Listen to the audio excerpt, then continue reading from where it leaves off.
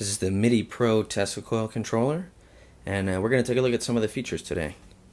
So let's start off by taking a look at the items available in the main menu. We got a standard interrupter, asynchronous rotary gap emulator, burst mode, multi-coil, twin coil, MIDI input, you can play a MIDI file from an SD card. We got ramp mode, and we've got configuration. Let's take a look at some of the configurable settings. So we got rotary encoders up here. What that allows you to do is select whether you have mechanical or optical encoders installed. Got standard setup, asynchronous rotary gap setup, burst mode setup, multi-coil setup, twin coil setup, MIDI setup. We got the MIDI Equalizer, ramp mode setup, and we can save these settings to an SD card or load them from one.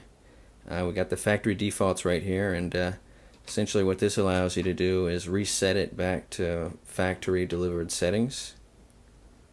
We've also got an upgrade firmware option right here, and what this allows you to do is load a firmware file onto the SD card, which you can then use to update the controller. And then we've got an about section. Okay, let's take a look at a typical settings page. So this is for the standard mode. And you see we can set the limits here for minimum on time and minimum frequency. We can also set the maximum on time and the maximum frequency. And then we can set the maximum duty cycle percentage. And what this does is it limits the signal going to your coil to whatever duty cycle you put right here. So you can go lower than that, but it won't allow you to send a signal that is greater than 5% duty. Here we can set up the transmitters. Right now they're all configured in normal mode. We could also switch it off or invert the output. And then here we have a utility that allows us to adjust the colors that appear at minimum duty cycle and maximum duty cycle. And these numbers right here correspond to degrees on a color wheel. And we can also change the colors for inverted mode. Okay, let's take a look at the settings for MIDI mode. And we have right here is the MIDI channel map, which allows you to map any of the 16 MIDI channels to any of the 4 transmitters. We have maximum on time right here, and this is the maximum on time that will ever be output on the transmitter. And this is the maximum duty cycle, and these can be independently adjusted for each coil. And then now we've got the crossover, and what this allows you to do is select the minimum and maximum frequency that you want to be output from the transmitter. Any notes exceeding or going below these frequencies will not be played. And this is a transmitter setup. Of course, you can choose normal, off, or inverted.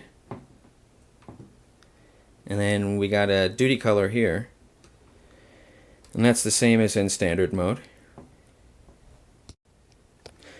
Let's take a look at the MIDI Equalizer. We've got 4 equalizers here, 1 per transmitter channel. This is the default mapping that comes with the controller. We can change the band that we're adjusting by using number 2 encoder.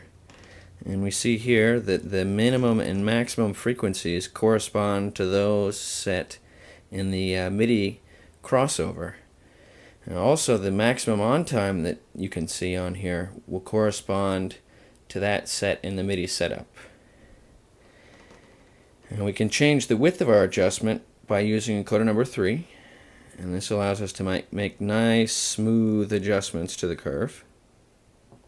And another handy feature is output mode, and we can press button number 3 here, and that makes it output to the coil the center frequency that you're adjusting.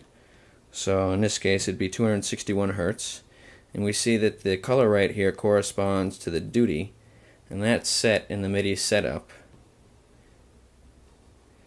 And also it's limited in this mode, the output's limited to whatever duty cycle you've set in the MIDI setup.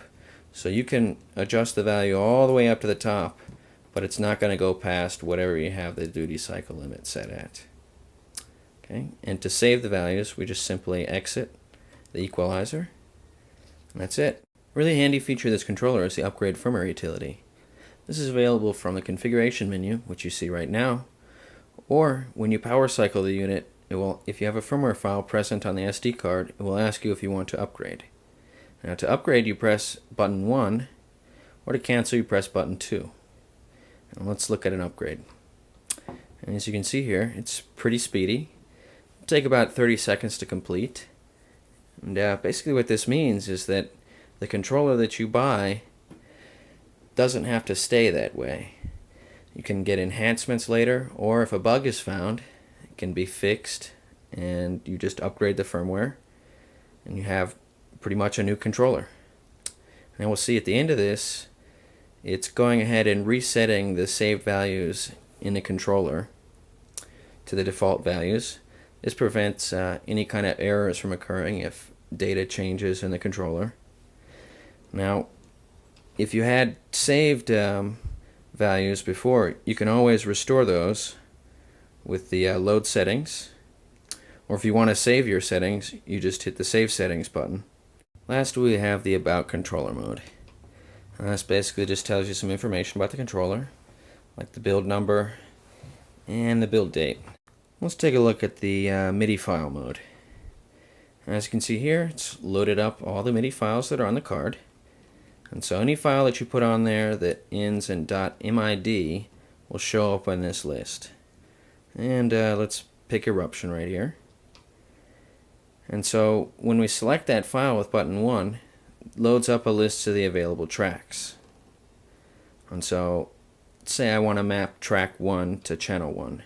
Well, I simply click button 1, and then I select the track, press button 2 to go back, and I can map any of the other channels if I want. In this case I don't want to though. So I can press button 3 here after I've mapped it, or back at the track menu. And this starts the play MIDI file dialog. You can see here it's outputting a signal to the coil, and this shows you the time in seconds that it's been playing. And of course you can use any of the encoders 1 through 4 to adjust the volume on various transmitter channels. And you'll see that the duty cycle changes as you adjust the value.